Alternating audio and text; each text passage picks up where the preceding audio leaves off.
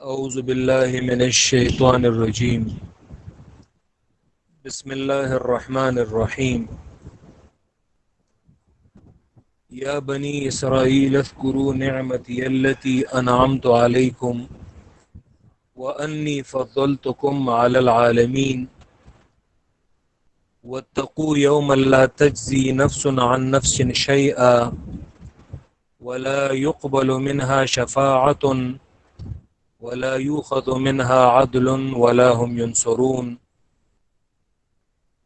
وَإِذْ نَجَّيْنَاكُمْ مِنْ آلِ فِرْعَوْنَ يَسُومُونَكُمْ سُوءَ الْعَذَابِ يُذَبِّحُونَ أَبْنَاءَكُمْ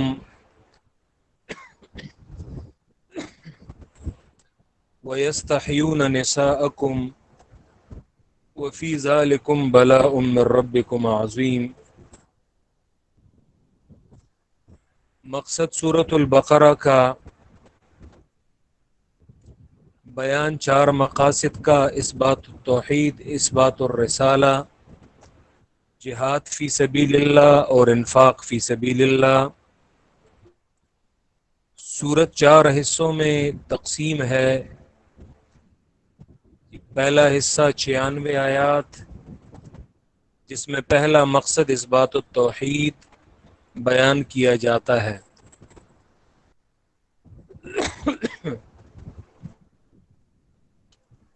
دوسرا حصہ آیت نمبر 97 سے 176 تک، جس میں دوسرا مقصد اثبات الرسالہ، تیسرا مقصد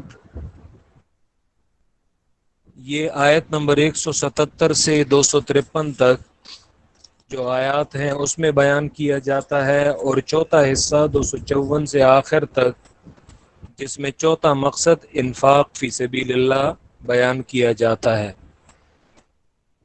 پہلا حصہ جو 96 آیات پر مشتمل ہے، یہ 3 ابواب میں مزید تقسیم ہے۔ باب اول 20 آیات، جس میں ان 3 گروہوں کی تفصیل اور وضاحت تھی، ان کی صفات تھیں جو سورۃ الفاتحہ میں اجمالاً اور مختصراً بیان ہوئے تھے۔ یہاں پر ان کے صفات اور ان کا حکم دنیاوی اور حکم اخروی مزید وضاحت کے لیے 2 مثالیں آگ اور پانی کی ذکر کی گئی۔ دوسرا باب یہ آیت نمبر 21 سے آیت نمبر 39 تک۔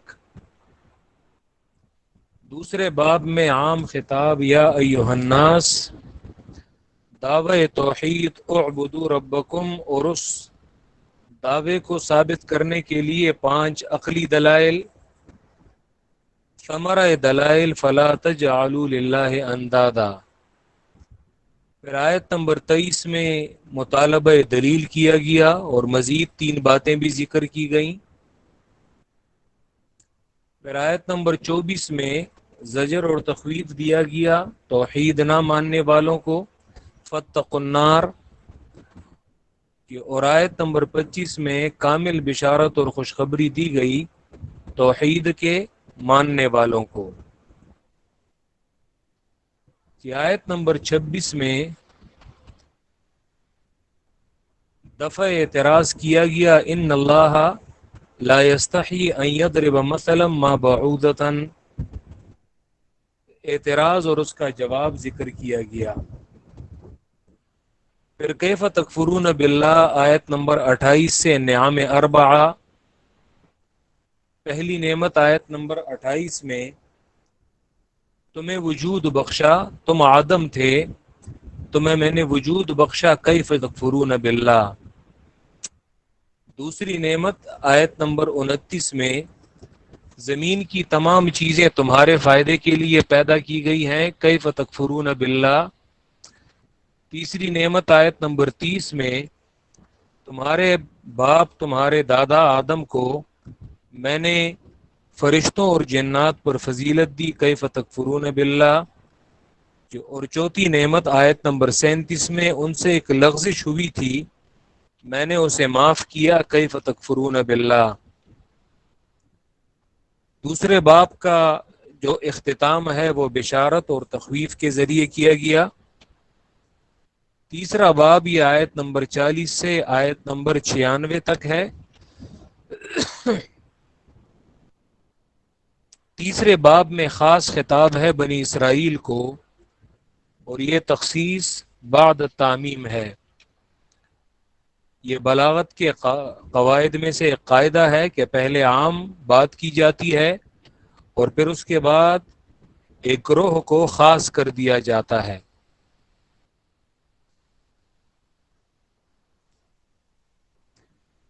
ایک گروہ کو خاص کر دیا جاتا ہے۔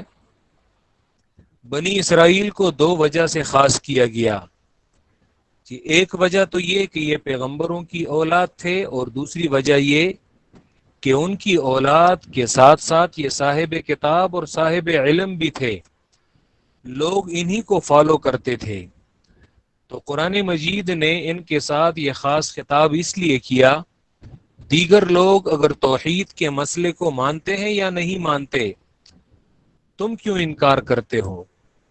دیگر لوگ اگر جہالت کی وجہ سے انکار کرتے ہیں، پیغمبر کی دعوت کو نہیں مانتے، تو تم لوگ تو ان لوگوں کی اولاد ہو جنہوں نے ہمیشہ توحید کے بارے میں بیان کیا ہے۔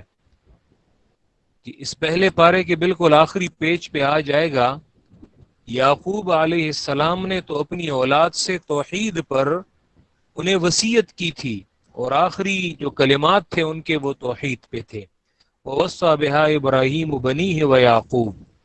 تو تم لوگ کیسے توحید سے انکار کرتے ہو، اعبدوا ربکم سے انکار کرتے ہو۔ تیسرے باب کا جو پہلا رکوع ہے یہ 7 آیات پر مشتمل ہے، 7 آیات ہیں۔ یہ پہلا رکوع بطور تمہید ہے، جس میں 3 بری خصلتیں بنی اسرائیل کی، یہودیوں کی ذکر کی گئی ہیں۔ یہاں پہ بنی اسرائیل سے مراد یہودی ہیں، کیونکہ سورۃ البقرہ میں جو زیادہ تر خطاب ہے وہ یہودیوں کے ساتھ ہے۔ تو ان کی 3 بری خصلتیں اور یہودیت کے 3 اصول ذکر کیے جاتے ہیں: تحریف، کتمان حق اور ترک عمل۔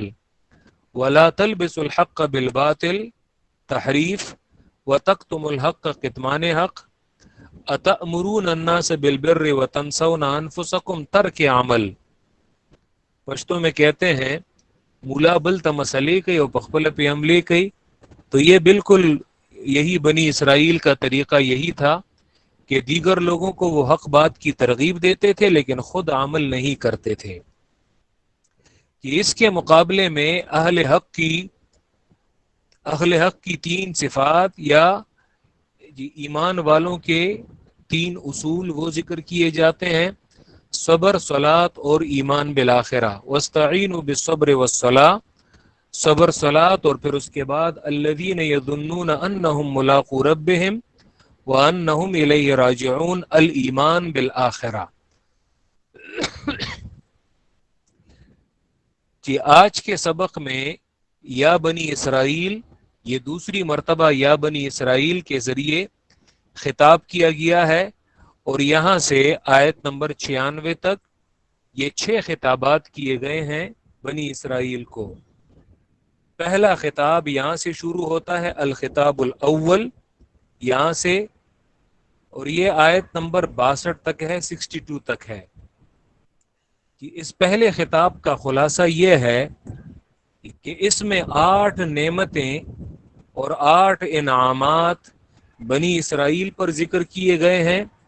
یہ وہ نعمتیں ہیں جو خاص بنی اسرائیل اور یہودیوں پہ کیے گئے تھے، اور اس کے ساتھ ساتھ 2 عذاب بھی ان پر ذکر کیے گئے ہیں، جس میں اس جانب اشارہ ہے، یاد رکھو کہ اللہ اگر منعم ہے، انعام کرنے والا ہے، تو وہ عذاب دینے والا بھی ہے۔ وہ اگر غفور الرحیم ہے تو وہ قہار بھی ہے، عذاب بھی دینے والا ہے۔ تو اس میں یہ بات بتائی گئی ہے کہ ان پر 8 نعمتیں اس باب میں یہ ذکر کی گئی ہیں، اور ساتھ ساتھ 2 عذاب، نعمت احسان کرنا، اور عین کی جگہ قاف لگا لیں، نقمت عذاب کو کہتے ہیں۔ تو اسی لیے ہم اس کی تعبیر یوں کریں گے کہ یہاں پہ 8 نعمتیں اور 2 نقمتیں دو نقمتیں یعنی دو عذاب اس پہلے خطاب میں ذکر کیے گئے ہیں، اور پہلے خطاب کا جو تتمہ ہے یعنی خاتمہ ہے آیت نمبر 62، تو وہ بالترغیب ہے۔ ترغیب یعنی انہیں ایمان اور عمل صالح کی جانب ترغیب دی گئی ہے، ایمان لے آؤ اور نیک عمل کرو، تو یہی تم لوگوں کے لیے نجات کا ذریعہ بنے گا اور تم لوگ نجات پا سکو گے۔ دوسرے خطاب میں یہ جو پہلی آیت ہے کہ اس میں وہی جو پہلی یہ آیت نمبر 40 میں اذکروا نعمتی التی انعمت علیکم، ٹھیک ہے، تو پہلے یہاں پہ اجمالاً ان نعمتوں کو ذکر کیا جاتا ہے جیسے آیت نمبر 40 میں ذکر کیا گیا تھا۔ اب یہاں پہ اس آیت میں بھی پہلے ان نعمتوں کو اجمالاً یعنی ایک آیت میں میری نعمتوں کو یاد کرو، وہ نعمتیں جو میں نے تم پر کی ہیں وہ کون سی نعمتیں ہیں، وہ آیت نمبر 49 سے وَإِذْ نَجَّيْنَاكُمْ مِنْ آلِ فِرْعَوْنَ وہاں سے شروع ہوتی ہیں، ٹھیک ہے۔ تو اس پہلی آیت میں نعمتوں کے یاد کرنے کا ذکر ہے، اور اس کے بعد جو دوسری آیت ہے تو اس میں اللہ نے انہیں تخویف دیا ہے، گویا کہ پورے خطاب کو ان دو آیات میں اللہ نے بیان کیا ہے، کیونکہ اس پہلے خطاب میں 8 نعمتیں ہیں، تو ان نعمتوں کی جانب آیت نمبر 47 میں اشارہ کیا ہے، اور ساتھ ساتھ اللہ نے 2 عذابوں کا تذکرہ بھی کیا ہے، تو آیت نمبر 48 میں ڈراوا دیا گیا ہے تخویف اخروی، کیونکہ بنی اسرائیل یہ یہودی یہ اس بات پہ اتراتے تھے اور یہ تکبر کرتے تھے، جیسے اس آیت میں بھی مفسرین نے ذکر کیا ہے کہ یہودی اس بات پہ اتراتے تھے اور وہ تکبر کرتے تھے کہ ہم پیغمبروں کی اولاد ہیں، ہمارے آباء و اجداد وہ ہماری سفارش کریں گے، اور اسی لیے وہ کہتے تھے، اس بارے میں آ بھی جائے گا، وَقَالُوا لَن تَمَسَّنَا النَّارُ إِلَّا أَيَّامًا مَّعْدُودًا، آگ ہمیں چھوئے گی بھی نہیں۔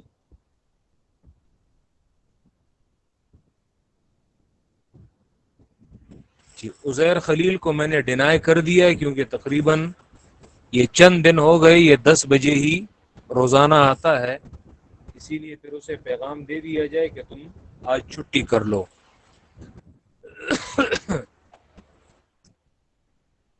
یہ تو تخویف اخروی، تو یہودی یہ کہتے تھے کہ ہمیں آگ نہیں چھوئے گی اور ہمیں آگ چھو تک نہیں سکتی، اسی طرح وہ یہ دعویٰ کرتے تھے، اس بارے میں آ جائے گا، وَقَالُوا لَن يَدْخُلَ الْجَنَّةَ إِلَّا مَنْ كَانَ هُودًا أَوْ نَصَارَىٰ، جنت میں یا صرف یہودی جائیں گے یا عیسائی جائیں گے، یہ دونوں کا دعویٰ تھا۔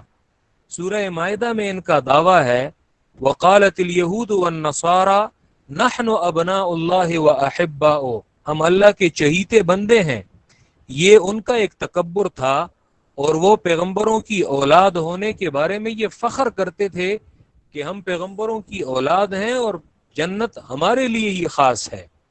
تو قرآن یہاں پہ کہتا ہے نہیں، ایسا نہیں ہے، بروز قیامت دنیا میں جو 4 طریقے ہیں چھڑانے کے لیے، بروز قیامت اللہ کے دربار میں ان 4 طریقوں سے کوئی کسی کو نہیں چھڑا سکتا۔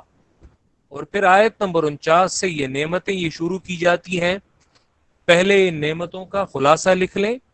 پہلی نعمت یہ آیت نمبر 49 میں 49 میں کہ النجات من فرعون، کہ النجات من فرعون، نجات من فرعون، کہ میں نے تمہیں فرعون سے نجات دی۔ دوسری نعمت آیت نمبر 50 میں 50 میں وہ کیا ہے، النجات من الغرق، کہ میں نے تمہیں ڈوبنے سے نجات دی، کہ النجات من الغرق، میں نے تمہیں غرق ہونے سے، غرقاب ہونے سے نجات دی، تم لوگوں کو دریا میں نے پار کرایا اور تمہارے دشمن کو میں نے وہاں پہ غرق کر دیا، لیکن تم لوگوں کو میں نے غرق ہونے سے بچایا ہے۔ دوسری نعمت آیت نمبر 50 میں۔ تیسری نعمت آیت نمبر 53 میں 53 میں وہ کیا ہے؟ ایتا الکتاب. ایتا مصدر ہے آتینا کا، کہ آتا یؤتی ایتا ان، ایتا الکتاب، کتاب کا دینا، کتاب کا دینا اور قانون کا دینا یہ اللہ کی بڑی نعمت ہے کہ اللہ وحی الہی پر مشتمل کتاب اور قانون کسی قوم کو دے دے، جیسے ہمیں دی ہے قرآن مجید قانون کی شکل میں. چوتھی نعمت آیت نمبر 54 میں، 54 میں، اور وہ ہے العفو عن القتل. عفو عن القتل، عفو معافی سے ہے، میں نے تمہیں قتل سے معاف کر دیا. پہلے اللہ نے قتل کا حکم دیا تھا کہ انہیں مارو، جن لوگوں نے بچڑے کی عبادت کی ہے انہیں قتل کر دیا جائے. لیکن جیسے ہی وہ قتل ہو رہے تھے وہیں پہ اللہ نے ان کی توبہ قبول کر لی اور ان کو قتل ہونے سے معاف کر دیا کہ چلو ٹھیک ہے تم لوگوں کی توبہ یہ قبول ہے. تو چوتھی نعمت العفو عن القتل. پانچویں نعمت یہ آیت نمبر 56 میں، حیات بعد الممات، الحیات بعد الممات، موت کے بعد ان کو زندہ کرنا. دنیا میں ہی اللہ نے ان پر، کیونکہ انہوں نے ایک نازیبا سوال کیا تھا، لن نؤمن لک حتی نری اللہ جہرۃ، کہ اے موسیٰ ہم ہرگز آپ کی بات کو نہیں مانتے جب تک کہ ہم اللہ کو آشکارا نہ دیکھ لیں. تو اللہ نے ان پر موت وہیں پہ کوہ طور کے مقام پر انہیں موت دے دی، اور پھر حضرت موسیٰ اور ہارون نے گریہ اور زاری کر کے کہ اللہ قوم ہماری کیا کہے گی کہ تم نے ہمارے بڑوں کو مارنے کے لیے وہاں پہ تم لے گئے تھے. تو پانچویں نعمت الحیات بعد الممات آیت نمبر 56 میں. چھٹی اور ساتویں نعمت یہ دونوں یہ آیت نمبر 57 میں 57 میں ذکر کیے جاتے ہیں. چھٹی نعمت تذلیل الغمام، بادلوں کا سایہ کرنا. یہ دونوں الفاظ اسی آیت میں ذکر ہیں، وَظَلَّلْنَا ضا کے ساتھ ہے تو اسی سے تذلیل، تے ضا لام یا لام، تذلیل، تذلیل الغمام، غمام بادلوں کو کہتے ہیں، بادلوں کا سایہ کرنا. جہاں کہیں پہ بھی یہ پھرتے تھے تو گرمی سے بچانے کے لیے ان پہ بادلوں کا سایہ ہوا کرتا تھا میدان تیہ میں. اور ساتویں نعمت بھی اسی آیت میں انزال المن والسلوى، کہ اللہ نے ان پر من اور سلوہ بھیجے تھے اور ایک تیار خوراک ان کے لیے آتی تھی. انزال المن والسلوى، من اور سلوہ کا بھیجنا. اور آٹھویں نعمت ہے آیت نمبر 60 میں، 60 میں، وہ ہے انفجار العیون من الحجر، انفجار فانفجرت. اور العیون، عیون عین کی جمع ہے، عین یہ ایک مشترک لفظ ہے. عین کا اطلاق آنکھ پہ بھی ہوتا ہے، عین چشمے کو بھی کہتے ہیں، بلکہ عین یہ سورج کی آنکھ کو بھی عین کہا جاتا ہے، اور عیون چشمے. انفجار العیون من الحجر، پتھر سے اللہ نے چشمے، 12 چشمے ان کے لیے جاری کر دیے. یہ 8 نعمتیں ہو گئیں. پہلی نعمت اور پہلا عذاب یہ آیت نمبر 59 میں، 59 اور 60 میں. وہ کیا ہے؟ نزول العذاب من السماء، یہ پہلا عذاب ہے. نزول العذاب من السماء،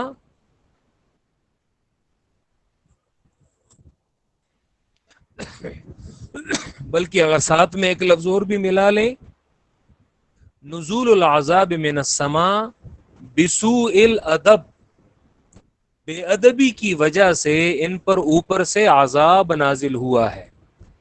بے ادبی اور گستاخی کی وجہ سے کہ ان پر عذاب نازل ہوا ہے. دوسری نقمت اور دوسرا عذاب یہ آیت نمبر 61 میں، وہ ہے الذلت، کہ الذلت والہوان بسبب الکفران، ذلت اور خواری ناشکری کی وجہ سے. کہ ان پر من اور سلوہ یہ نازل ہو رہے تھے لیکن انہوں نے من اور سلوہ ان آسمانی نعمتوں کی ناقدری کی، ناشکری کی، اور یہ لوگ کہہ رہے تھے کہ ہمارے لیے موسیٰ سبزیاں چاہیے، ہمارے لیے دال چاہیے، ہمارے لیے تھوم چاہیے، گارلک، ہمارے لیے پیاز چاہیے، یعنی اللہ کی ان نعمتوں کو انہوں نے ادنا چیزوں کے بدلے تبدیل کرنا چاہا اور وہ ادنا چیزیں مانگنے لگے، حالانکہ ان پر وہ سماوی نعمتیں، آسمانی نعمتیں نازل ہوتی تھیں۔ تو اس کا حاصل کیا ہے کہ الذلت والہوان بسبب الکفران، ذلت اور خواری ناشکری کے بسبب۔ اور اس خطاب کا جو تتمہ ہے آیت نمبر 62 جس پر یہ خطاب ختم ہوتا ہے، تو اس میں التتمۃ بالترغیب، ترغیب یعنی انہیں ایمان اور عمل صالح کی ترغیب دی گئی ہے کہ ٹھیک ہے تم لوگوں نے ناشکری کی ہے لیکن اب بھی موقع ہے، ایمان لے آؤ، عمل صالح کرو، تو اب بھی تمہارے لیے اجر ہے، لیکن توبہ کرنی وہ ضروری ہے۔ تو پہلے خطاب کا جو حاصل ہے وہ کیا ہے کہ پہلی 8 نعمتیں، خطاب اول میں 8 نعمتیں اور 2 عذاب اور تتمہ بالترغیب، یہ 3 جملے ہیں۔ خطاب اول میں 8 نعمتیں، 2 عذاب اور تتمہ بالترغیب۔ کیسے اب یہاں پہ ان 8 نعمتوں کو بیان کریں گے؟ یہ بالکل آپ لوگوں کو کہ الفابیٹس کی طرح یاد ہوں۔ ہم نے اسے اس طرح یاد کیا ہے: نجات من فرعون، نجات من الغرق، ایتاء الکتاب، عفو عن القتل، حیات بعد الممات، تذلیل الغمام، انزال المن والسلوى، انفجار العیون من الحجر۔ یہ آپ لوگوں نے ان عربی اصطلاحات کے ساتھ انہیں یاد کرنا ہے، تو تب ہی آپ لوگوں کو یہ آسانی سے یاد رہے گا۔ اور 2 عذاب: نزول العذاب من السماء، اور دوسرا عذاب الذلت والہوان بسبب الکفران، اور تتمہ بالترغیب۔ ٹھیک ہے، تو اب آتے ہیں ترجمے کی جانب۔ یا بنی اسرائیل، یہ آیت میں گزشتہ دنوں آپ کو ترجمہ پڑھا بھی چکا تھا، لیکن یہاں پہ پھر دوبارہ کرتے ہیں۔ یا بنی اسرائیل، اے اولاد یعقوب علیہ السلام، اے یعقوب کی اولاد۔ اسرائیل، اسرا کے معنی عبد کے ہیں، اور ایل اللہ عبرانی زبان کا لفظ ہے۔ کہ اے یعقوب کی اولاد، کہ اذکرو، یاد کرو، نعمتی، میری نعمتوں کو، نعمتی التی، میری نعمتوں کو، کہ التی، وہ نعمتیں، انعمت علیکم، جو میں نے کی ہیں تم پر، میری نعمتوں کو یاد کرو۔ ٹھیک ہے، یہ وہی تذکیر بالنعم کا طریقہ ہے جو گزشتہ باب میں نعم اربع اللہ نے عام انسانوں پر ذکر کی تھی۔ میری نعمتوں کو یاد کرو، التی، وہ نعمتیں، انعمت علیکم، جو میں نے کی ہیں تم پر، وانی فضلتکم علی العالمین، اور بے شک میں نے فضیلت دی ہے تمہیں، علی العالمین، اپنے زمانے کے لوگوں پر۔ میں نے کہا بھی تھا کہ العالمین میں الف لام یہ استغراق کے لیے نہیں ہے کہ تمام مخلوق پر، بلکہ اس کے معنی ہے العالمین، الف لام عہد کے ہیں، یعنی اس سے مراد معہود، اس سے اپنے زمانے کی مخلوق ہے اور اپنے زمانے کے لوگ ہیں، کہ میں نے تمہیں فضیلت دی علی العالمین، اپنے زمانے کی مخلوق پر۔ بنی اسرائیل اپنے زمانے کے لوگوں میں سب سے فضیلت والی قوم تھے، اور انہیں ہی اللہ نے فضیلت اور مرتبہ بخشا تھا۔ اسی لیے مفسرین العالمین کا معنی کرتے ہیں وَأَنِّي فَضَّلْتُكُمْ عَلَى الْعَالَمِينَ، اے عَلَى عالمی زمانکم، میں نے تمہیں اپنے زمانے کے لوگوں پر اور عالم پر فضیلت دی ہے۔ وَاتَّقُوا يَوْمًا، اب اس آیت میں تخویف اخروی، یعنی تخویف قرآن مجید میں 2 قسم کا یہ بیان کیا جاتا ہے۔ ٹھیک ہے، تخویف 2 قسم کا ہے، ایک کو کہتے ہیں تخویف دنیاوی، اور ایک کو کہتے ہیں تخویف اخروی۔ شاہ ولی اللہ رحمہ اللہ نے جو الفوز الکبیر میں جو پہلا ٹاپک ہے، میں نے اس دن بھی اس کا حوالہ دیا تھا، تو پہلے ٹاپک کا نام ہے علوم خمسہ، یہ قرآن مجید 5 قسم کے علوم پر مشتمل ہے. یہ قرآن نے 5 قسم کے علوم ذکر کیے ہیں. ایک کا تذکرہ میں نے کیا تھا، علم المخاصمہ، یہودیوں کے بارے میں، کہ اگر تم قرآن مجید میں یہودیوں کا نمونہ دیکھنا چاہتے ہو تو اس زمانے کے علماء سو اور ناکارہ مولویوں کو دیکھو کہ اگر میں خواہی کے نمونے یہود را میں بینی بی علماء سورا. شاہ صاحب فارسی عبارت میں بھی یہ فرماتے ہیں. الفوز الکبیر کا ترجمہ عربی میں بھی ملتا ہے لیکن اصل کتاب فارسی میں ہے، میرے پاس ہے. اور پھر جب وہ نصارہ کا ذکر کرتے ہیں تو انشاءاللہ نصارہ کا جب ذکر آئے گا تو پھر نصارہ کے بارے میں کیا کہتے ہیں کہ اگر اس زمانے میں نصارہ کا نمونہ دیکھنا چاہتے ہو تو کن لوگوں کو دیکھو. تو ایک ہے علم المخاصمہ، اس کی طرف میں اشارہ کر چکا ہوں. 2 علوم اور شاہ صاحب نے ذکر کیے ہیں کہ ان 5 علوم میں جی ایک علم ہے التذکیر، جی التذکیر بایام اللہ اور التذکیر بآلاء اللہ.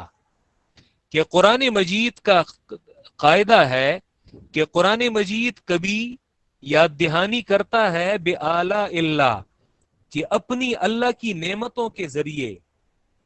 تو پہلی آیت میں واتقوا، یہ یا بنی اسرائیل اذکروا نعمتی التی انعمت علیکم وانی فضلتکم علی العالمین. شاہ صاحب فرماتے ہیں کہ قرآن مجید میں یہ 5 قسم کے علوم ذکر ہیں. تو اس آیت میں آیت نمبر 47 میں التذکیر بآلاء اللہ، اعلیٰ نعمتوں کو کہتے ہیں. ٹھیک ہے، جیسے انشاءاللہ یہ لفظ آ بھی جائے گا نعمت کے معنوں میں. تو آیت نمبر 47 میں التذکیر بآلاء اللہ، کہ اللہ اپنی نعمتوں کے ذریعے اپنے بندوں کو یاد دہانی کرواتے ہیں کہ میری نعمتوں کو یاد کریں. ٹھیک ہے، جیسے مثلا وَإِذْ نَجَّيْنَاكُمْ مِنْ آلِ فِرْعَوْنَ، وہاں سے وہ نعمتیں وہ شروع ہوتی ہیں. میں نے تمہیں فرعون سے نجات دی، میں نے تمہیں غرق ہونے سے نجات دی، میں نے تمہیں کتاب دی، میں نے تمہیں قتل ہونے سے. تو یہ وہ التذکیر بآلاء اللہ ہے. اور جو آیت ہم ابھی پڑھ رہے ہیں واتقوا یوم لا تجزی، تخویف اخروی جس کو ہم نے اس آیت کو عنوان دیا ہے کہ اخروی ڈراوا، آخرت کا ڈراوا. شاہ صاحب اس کے لیے اصطلاح استعمال کرتے ہیں التذکیر بایام اللہ. ایام اللہ عذابوں کو کہتے ہیں کہ اللہ اپنے عذابوں کا ڈراوا دیتے ہیں، انہیں یاد دہانی کرواتے ہیں، اپنے بندوں کو اپنے عذاب یاد کرواتے ہیں کہ میرے عذاب سے ڈرو. تو آیت نمبر 47 میں التذکیر بآلاء اللہ کی جانب اشارہ ہوا، اور آیت نمبر 48 میں التذکیر بایام اللہ. یہ میں اس لیے یہ بعض باتیں آپ لوگوں کو، تاکہ بڑی بڑی کتابیں، بڑے بڑے اصطلاحات، تاکہ قرآن مجید میں ہی آپ ان چیزوں کو یہ سمجھ سکیں اور اسے ہم پریکٹیکلی اپلائی کر لیں. کیونکہ الفوز الکبیر میں جو سب سے اہم ٹاپک ہے وہ اس کا سب سے پہلا ٹاپک ہے جو علوم خمسہ ہے، اور وہ نہایت ہی اہم اور ضروری ٹاپک ہے. تو انشاءاللہ تعالی وہ گویا کہ ہم نے اس میں سے جو 3 علوم ہیں اور 3 اصطلاحات ہیں، علم المخاصمہ اور التذکیر بآلاء اللہ اور التذکیر بایام اللہ، ان 3 علوم کی جانب ہم نے ان آیات میں اشارہ کر دیا. اس آیت میں اسی اصطلاح کو التذکیر بایام اللہ کو ہم اس آیت میں تخویف اخروی کے نام سے یاد کرتے ہیں. یعنی اللہ نے تخویف، خوف سے ہے، ڈراوا دیا ہے مخلوق کو اخروی آخرت کے عذاب سے. واتقوا یوما، اور ڈرو اس دن سے. یہاں پہ مضاف محذوف ہے، یعنی واتقوا عذاب یوم، مفسرین ذکر کرتے ہیں واتقوا یوما، اور ڈرو اس دن کے عذاب سے. کیونکہ دن سے کوئی نہیں ڈرتا، لیکن دن میں جو سزا ہوتی ہے، جو عذاب ہوتا ہے، اسی سے ڈرا جاتا ہے. واتقوا یوما، اور ڈرو اس دن کے عذاب سے. لا تجزی نفس عن نفس شیئا، اس آیت میں 4 راستے بند کیے گئے ہیں. دنیا میں کسی کو چھڑانے کے 4 راستے ہوتے ہیں، اور اللہ نے اس آیت میں وہ 4 راستے کہ یاد رکھو دنیا میں تو تم یہ 4 طریقے چلا لیتے ہو، لیکن یاد رکھو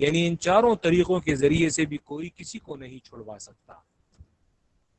شفاعتن، یاد رکھیں شفاعتن سفارش، دو قسم پر قرآن مجید سفارش ذکر کرتا ہے، ایک کو کہتے ہیں شفاعت اذنی اور دوسرے کو کہتے ہیں شفاعت قہری۔ شفاعت اذنی یہ ہوگی یعنی اللہ اجازت دے دیں، کہ اللہ اجازت دے دیں کہ اور اجازت دینے کے بعد کسی کے لیے سفارش وہ کی جائے، کہ اجازت دینے کے بعد کسی کے لیے سفارش وہ کی جائے۔ یاد رکھیں شفاعت میں تو قرآن مجید نے شفاعت اذنی اور شفاعت قہری یہ دو اقسام ذکر کی ہیں، ٹھیک ہے۔ شفاعت اذنی ہے اور وہ اللہ کی اجازت کے بعد، اذن اجازت کو کہتے ہیں، اور وہ اللہ کی اجازت کے بعد ہوگی، کہ اللہ کسی پیغمبر سے کہیں، کسی مومن سے کہیں، فرشتے سے کہیں، شہید سے کہیں کہ اس فلاں شخص کے لیے تم سفارش کرو، ٹھیک ہے۔ تو شفاعت اذنی ہے اللہ کی اجازت کے بعد، اور ایک ہے شفاعت قہری جو مشرکین کا عقیدہ ہے، یا ہمارے دور میں جو جاہل لوگ ہیں ان کا عقیدہ ہے۔ وہ یہ کہتے ہیں کہ ہمارے جو بزرگ ہیں وہ ہمیں اللہ کے عذاب سے ضرور چھڑوائیں گے، اور کیوں نہیں چھڑوائیں گے، اللہ سے بزور چھڑوائیں گے۔ یہ شفاعت قہری ہے کہ اللہ سے بزور ہمیں چھڑوایا جائے گا۔ یاد رکھیں قرآن مجید نے اسی عقیدے کو نفی کیا ہے، وَلَا يُقْبَلُ مِنْهَا شَفَاعَةٌ۔ قرآن مجید میں جہاں کہیں پہ سفارش کی نفی کی گئی ہے، جیسے یہاں پہ لا يقبل شفاعۃ، قبول نہیں کی جائے گی سفارش، تو اس سے مراد وہ سفارش ہے جو شفاعت قہری ہے، اور یا وہ سفارش ہے کہ جس کے لیے سفارش کی جائے تو یاد رکھیں وہ سفارش کی شرائط پر پورا نہیں اترتا۔ شفاعت اذنی جن کے لیے سفارش کی جائے گی اس کی شرائط جو ہے وہ کیا ہے، شفاعت کی شرائط کیا ہے، سفارش کی شرائط کیا ہے۔ سب سے پہلی شرط کیا ہے، سفارش کب ہوگی، شفاعت کب ہوگی؟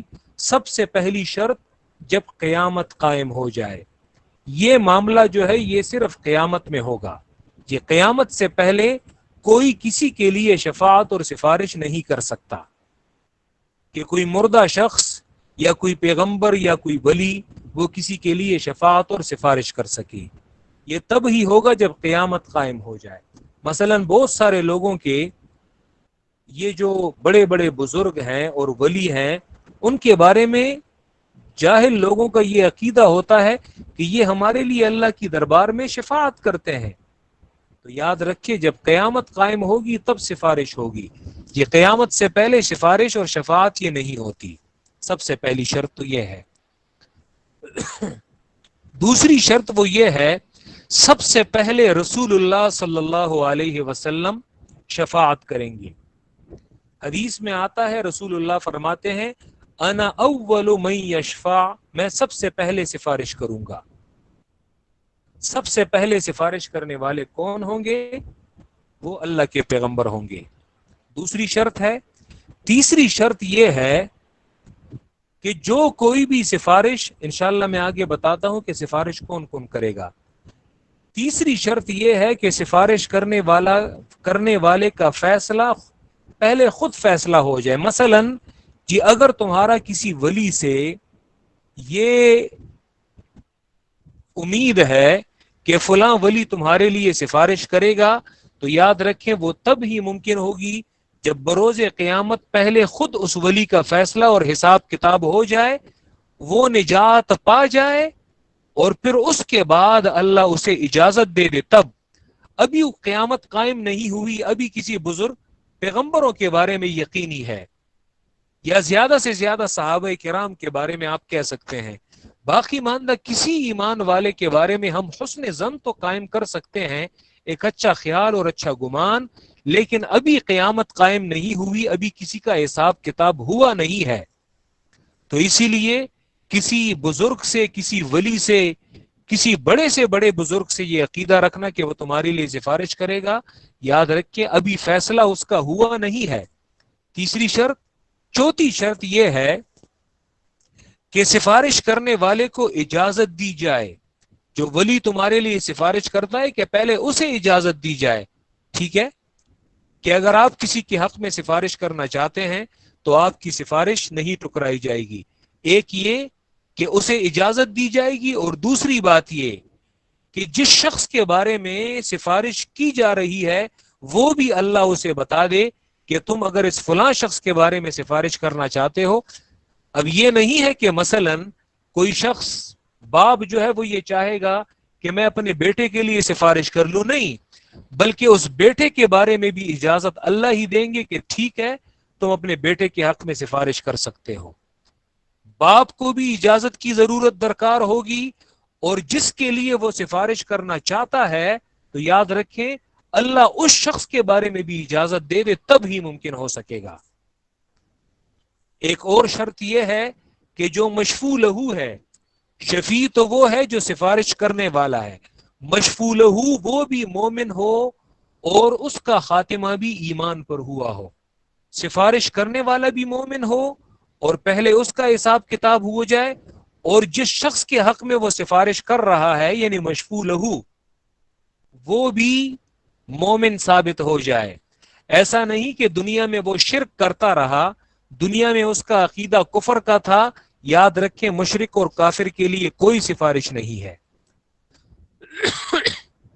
دنیا سے وہ توحید پر گیا ہو، ہاں اعمال میں اس کی کمزوری تھی، گناہ ہوئے تھے، اس کے گناہ کبیرہ اس نے کیے تھے، جن گناہوں کی وجہ سے ان پر عذاب آتا ہے، تو یاد رکھیں ٹھیک ہے اللہ اس کے گناہوں کو درگزر کر دے گا، اور کسی شخص کو اللہ کہہ دے گا کہ اس کے حق میں سفارش کر لو، لیکن ایمان ضروری ہے کہ ایمان آپ کے ساتھ ہو۔ اور ایک شرط یہ بھی ہے کہ سفارش کرنے والے کو دنیا میں اس کا مومن ہونا بھی معلوم ہو۔ کیا مطلب ہے اس کا؟ اس کا مطلب یہ ہے کہ تم پر اپنے زمانے کے جو لوگ ہیں، علماء ہیں، شہداء ہیں، یاد رکھیں وہی لوگ تمہارے حق میں سفارش کریں گے۔ کہ ایک ہے پیغمبر کی سفارش، وہ اپنے امتیوں کے حق میں ہوگی، لیکن اگر مثلا پیغمبر کے علاوہ کوئی شخص تمہارے حق میں سفارش کر رہا ہے انسانوں میں، تو یہ اب مثلا ایسا نہیں ہے کہ آج کے کسی شخص کے بارے میں شیخ عبد القادر جیلانی رحمہ اللہ ایک بڑے پیر اور بڑے ولی گزرے ہیں، وہ آج سے 900 سال پہلے فوت ہو چکے ہیں، تو یاد رکھیں وہ اس زمانے کے کسی شخص پہ ان کے لیے سفارش نہیں کر سکتے۔ وجہ یہ ہے کہ وہ اپنے زمانے کے لوگوں کے حق میں سفارش کر سکیں گے، ٹھیک ہے، اپنے زمانے کے لوگ اپنے زمانے کے لوگوں کے لیے، ہاں پیغمبر جو ہے وہ علیحدہ بات ہے، پیغمبر ملائک وہ علیحدہ بات ہے، ٹھیک ہے۔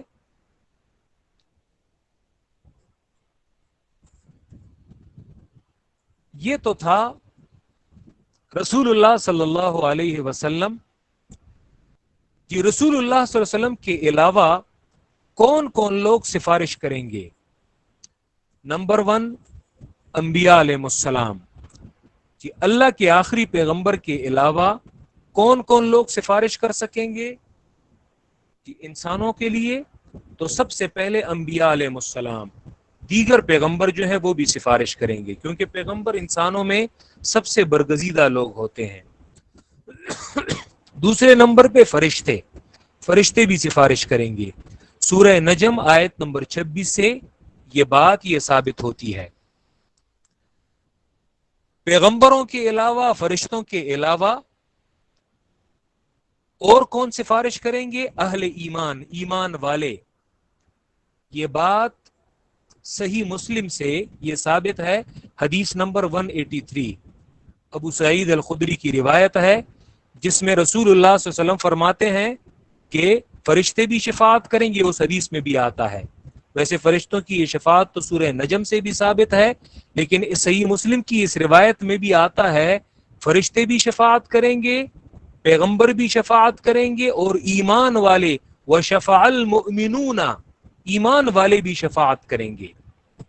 چوتھے نمبر پہ کون شفاعت کریں گے؟ شہداء۔ یہ ابو داؤد کی حدیث سے یہ ثابت ہے، کتاب الجہاد میں باب فی الشہید میں، یشفع الشہید فی 70 من اہل بیتہ، شہید جو ہے یہ اپنے اہل بیت میں کہ اپنے خاندان میں 70 لوگوں کی شفاعت کرے گا، شہداء۔ پانچویں نمبر پہ کون شفاعت کریں گے سفارش؟ ایمان والوں کی جو نابالغ اولاد ہے وہ سفارش کریں گے اپنے والدین کے حق میں۔ جو نابالغ اولاد ہے، جو بلوغت سے پہلے ہی وہ فوت ہو چکے ہیں، اپنے والدین کے حق میں سفارش کریں گے۔ لیکن یاد رکھیں، والدین کا ایمان پر دنیا سے رخصت ہونا یہ ضروری ہے۔ ایسا نہیں کہ دنیا سے وہ شرک اور کفر کی حالت میں گئے ہوں۔ یاد رکھیں، نابالغ اولاد ایک یا دو تو کجا سینکڑوں بھی ہوں تو کوئی فائدہ پھر ان کے لیے نہیں ہے۔ ایمان ضروری ہے۔ یہ بھی صحیح مسلم کی روایت سے ثابت ہے، ابو ہریرہ رضی اللہ تعالیٰ عنہ کی روایت، حدیث نمبر 2635۔ چھٹے نمبر پہ کون شفاعت کرے گا سفارش؟ قرآن مجید۔ یہ بھی صحیح مسلم کی روایت سے ثابت ہے، حدیث نمبر 804۔ ساتویں نمبر پہ کون سفارش کرے گا؟ روزہ۔ روزے اور قرآن کی یہ شفاعت، یہ دونوں ایک حدیث میں بھی آتا ہے، طبرانی کی المعجم الکبیر میں، کہ الصیام والقرآن یوم القیامت یشفعان للعبد، روزہ اور قرآن یہ بروز قیامت بندے کے لیے دونوں سفارش کریں گی۔ ٹھیک ہے، اور پھر حدیث طویل حدیث ہے۔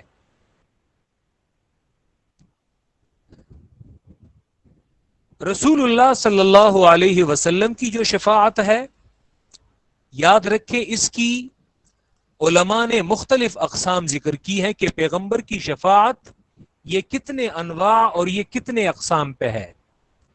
تو بعض علماء نے اس کی 5 اقسام ذکر کی ہیں، بعض نے 6 ذکر کی ہیں۔ رسول اللہ کی شفاعت کی جو پہلی قسم ہے وہ ہے شفاعت عظمی۔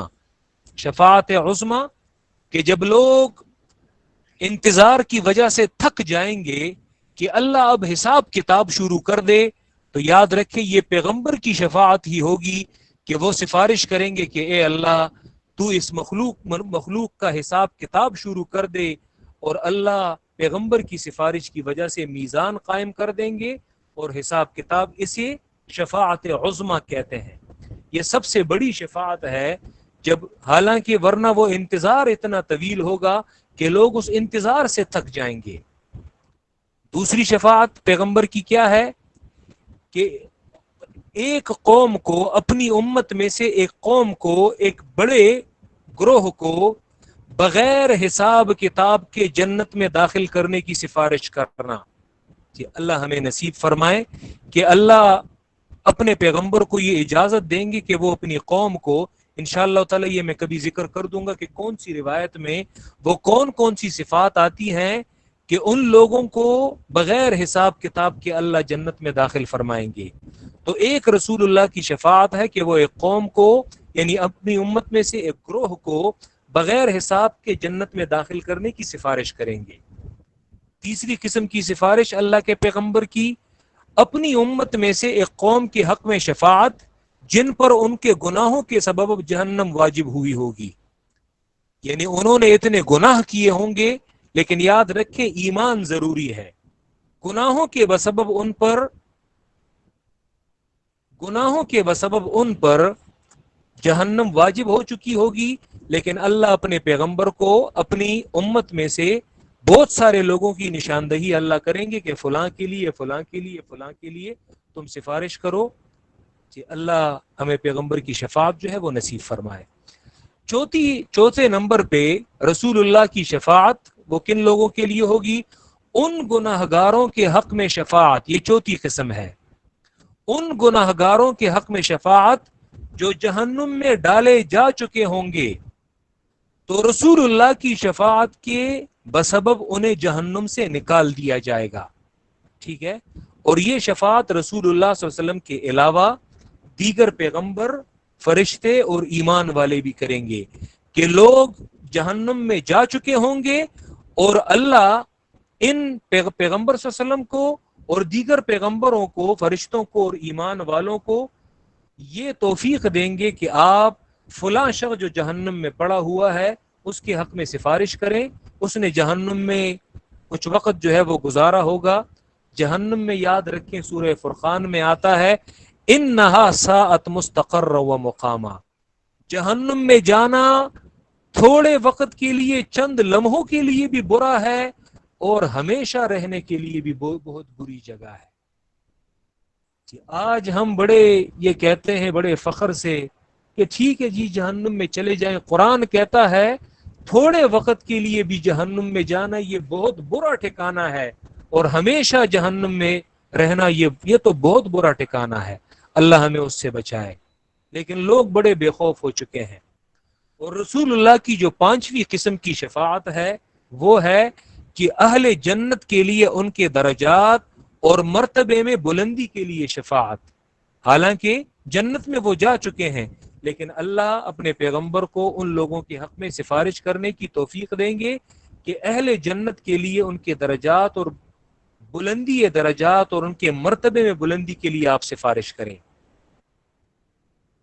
بعض علماء نے یہ 5 ذکر کی ہیں، جیسے امام نووی نے، اور امام قرطبی نے ایک قسم کا یہ اضافہ کیا ہے کہ رسول اللہ صلی اللہ علیہ وسلم بعض لوگوں کے حق میں عذاب میں تخفیف کی شفاعت کریں گے، یعنی وہ جہنم سے نکلیں گے نہیں، صرف عذاب میں تخفیف کی شفاعت کریں گے کہ اے اللہ ٹھیک اگر یہ لوگ جہنم سے نہیں نکل سکتے لیکن ان کے عذاب میں تخفیف کرنے اور ان کے عذاب میں تھوڑی سی کمی لے آئیں، لیکن وہ پڑے ہوں گے جہنم میں ہی، ٹھیک ہے۔ تو یہ 5-6 قسم، بعض علماء نے اس سے بھی زیادہ ذکر کیا، تقریباً یہی 5-6 قسمیں یہ بنتی ہیں، اور اللہ ہمیں یہ شفاعت جو ہے رسول اللہ کی یہ ہمیں نصیب فرمائے۔ تو یاد رکھیں قرآن مجید نے شفاعت کی 2 قسمیں ذکر کی ہیں، ایک ہے شفاعت اذنی، شفاعت اذنی ثابت ہے لیکن چند شرائط کے ساتھ، وہ شرائط میں نے ذکر کر دی، ٹھیک ہے۔ یہاں پہ ایک اسٹوڈنٹ نے یہ پوچھا ہے کہ سر وہ شرائط جو ہے وہ کون کون سی ہیں؟ تیسری شرط آپ نے پوچھی ہے کہ تیسری شرط وہ کون سی ہے؟ تیسری شرط میں نے بتائی کہ سفارش کرنے والے کا فیصلہ پہلے خود فیصلہ ہو جائے، یعنی پہلے وہ خود اپنے حساب کتاب سے نجات پالے اور وہ جنتی ثابت ہو جائے تو اس کے بعد ہی وہ کسی کے حق میں سفارش کر۔ ابھی اگر خود اس کی اپنی جان چھوٹی نہیں ہے تو یاد رکھیں وہ کسی کے حق میں سفارش نہیں کر سکتا، پہلے خود اس کا فیصلہ ہو جائے اور وہ جنتی ثابت ہو جائے، تب اس کے بعد اللہ اسے اجازت دیں گے کہ آپ فلاں کے حق میں سفارش کریں اور فلاں کے حق میں سفارش کر سکتے ہیں، ٹھیک ہے۔ یہ نہیں ہے جو ہمارے عام طور پہ لوگوں کا یہ کنسپٹ بنا ہوا ہے کہ بس اس دن، جیسے بعض لوگوں نے مثلا حافظ قرآن کے بارے میں یہ مشہور کیا ہے کہ حافظ قرآن جسے چاہے گا تو اسے یاد رکھیں، یہ کوئی ایسا آسان معاملہ نہیں ہے۔ حافظ قرآن کا پہلے اپنا حساب کتاب ہونا ضروری ہے، جب وہ چھوٹ جائے، اور پھر ایسا بھی نہیں ہے کہ وہ جس کے بارے میں چاہتا ہے اس کے بارے میں وہ سفارش کرے گا، نہیں، بلکہ اللہ جس کے حق میں سفارش کرنا چاہتا بھی ہے، اس شخص سے سفارش کروانا چاہتا ہے تو وہ مشفوع لہو بھی اللہ بتائے گا اس شخص کو کہ تم اپنے خاندان کے فلاں شخص کے لیے سفارش کر سکتے ہو، فلاں شخص کے بارے میں سفارش کر سکتے ہو، ٹھیک ہے۔ تو وہ باپ بھی ہو سکتا ہے، وہ چچا بھی ہو سکتا ہے، وہ ماموں بھی ہو سکتا ہے، وہ ایک دور کا رشتہ دار بھی ہو سکتا ہے۔ تو یاد رکھیں یہ سفارش، جہاں کہیں پہ قرآن مجید میں سفارش کی نفی کی گئی ہے وہاں سے مراد مشرکین کی وہ سفارش ہے کہ وہ ہمیں تو بابا ضرور چھڑائیں گے، یاد رکھیں شفاعت قہری نہیں ہے، اور جو لوگ دنیا میں شرک کی حالت میں گئے ہیں ان کے لیے سفارش نہیں ہے۔ تو یہاں پہ قرآن کہتا ہے وَلَا يُقْبَلُ مِنْهَا شَفَاعَةٌ، اور قبول نہیں کی جائے گی اس برے نفس سے کوئی سفارش۔